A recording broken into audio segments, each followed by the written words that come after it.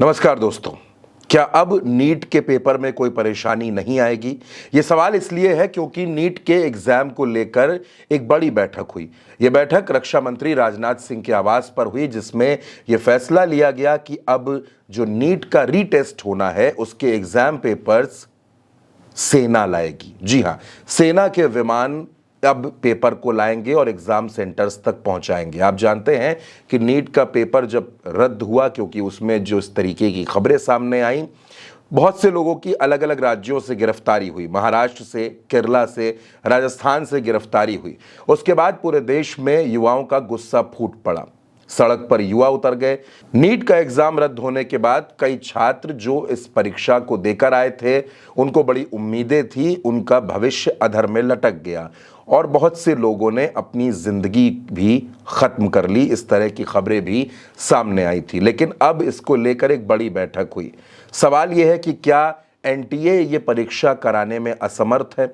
लगातार धर्मेंद्र प्रधान के इस्तीफे की मांग हो रही थी और धर्मेंद्र प्रधान के इस्तीफे की मांग के बीच अब राजनाथ सिंह के घर पर एक अहम बैठक हुई।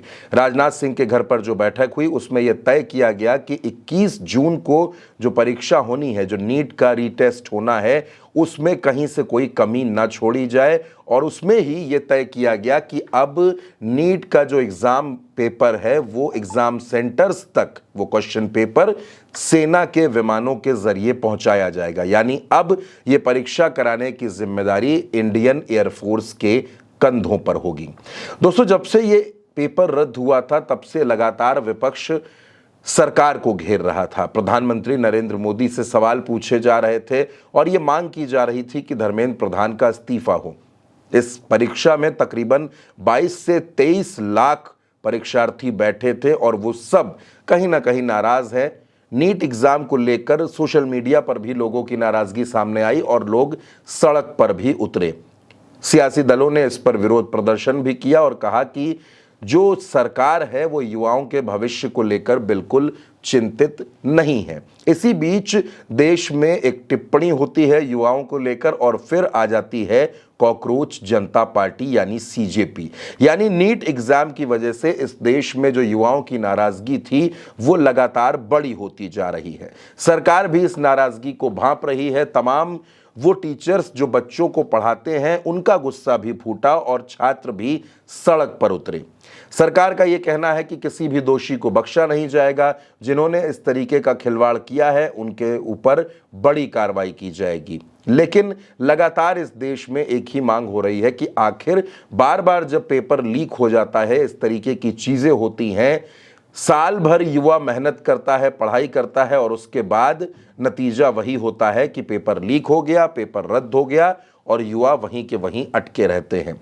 बेरोजगारी एक बड़ी समस्या है। बेरोजगारी का दर्द वो लोग समझ सकते हैं जिनके हाथों में रोजगार नहीं है और वो कोई काम करना चाहते हैं। आप सोच कर देखिए, कोई रात दिन मेहनत करे, पढ़ाई करे, पैसा भी खर्च करे और उसके बाद जब वो परीक्षा देकर के आए तो कुछ दिनों बाद उसे पता चले कि परीक्षा रद्द कर दी गई है क्योंकि पेपर लीक हो गया था। सरकार ये कहती है कि कहीं से कोई भी परेशानी नहीं है, पिछले 12 सालों में देश की तस्वीर बदल दी गई है। तो फिर ऐसे में युवा ये पूछता है कि इन 12 साल की उपलब्धियों में हम कहां पर हैं, हमारे बारे में सरकार ने क्या सोचा। अब सवाल यह है कि क्या इंडियन एयरफोर्स को ये जिम्मेदारी देकर विमान के जरिए क्वेश्चन पेपर एग्जाम सेंटर्स तक पहुंचाकर सरकार इन पेपर लीक माफियाओं पर पूरी तरह से शिकंजा कस पाएगी? क्या वो अपने मंसूबों में कामयाब नहीं हो पाएंगे? बहुत से लोगों के जहन में सवाल है। लेकिन दोस्तों, सरकार ने जो फैसला लिया है एग्जाम सेंटर्स तक एयरफोर्स की मदद से पहुंचने का, ये कितना कारगर साबित होगा, अभी लोगों में इसको लेकर भी सवाल खड़े हो रहे हैं। अब ये फैसला, क्योंकि राजनाथ सिंह के घर पर एक मीटिंग हुई, उसके बाद ये फैसला लिया गया। दूसरी तरफ कांग्रेस के जो सांसद हैं, नेता प्रतिपक्ष है राहुल गांधी, वो लगातार शिक्षा मंत्री धर्मेंद्र प्रधान का इस्तीफा मांग रहे हैं। सोशल मीडिया पर वो अपनी नाराजगी जाहिर कर रहे हैं। कॉकरोच जनता पार्टी भी धर्मेंद्र प्रधान के इस्तीफे की मांग कर रही है। सवाल यह है कि कुछ दिनों पहले प्रधानमंत्री नरेंद्र मोदी के घर पर एक अहम बैठक हुई थी। उस बैठक में खबर यह निकल कर आई कि बहुत जल्द केंद्र सरकार में, मोदी सरकार में मंत्रिमंडल का विस्तार हो सकता है, कई चेहरों की छुट्टी हो सकती है, कई चेहरों को एंट्री मिल सकती है। जैसे उत्तर प्रदेश में भारतीय जनता पार्टी के अध्यक्ष पंकज चौधरी और दिल्ली प्रदेश के नए अध्यक्ष बने हर्ष मल्होत्रा दोनों नरेंद्र मोदी की सरकार में मंत्री हैं। जाहिर सी बात है कि दोनों की मोदी मंत्रिमंडल से छुट्टी होगी। ऐसे में नए चेहरों को मौका जरूर मिलेगा। अब सवाल यहां पर यह भी जुड़ता है कि क्या धर्मेंद्र प्रधान की भी छुट्टी हो सकती है, उनकी जगह यह मंत्रालय किसी और को सौंपा जा सकता है, क्योंकि नीट को लेकर जो सबसे ज्यादा नाराजगी है वो धर्मेंद्र प्रधान के खिलाफ है। लोगों का गुस्सा उनके खिलाफ ज्यादा फूट रहा है।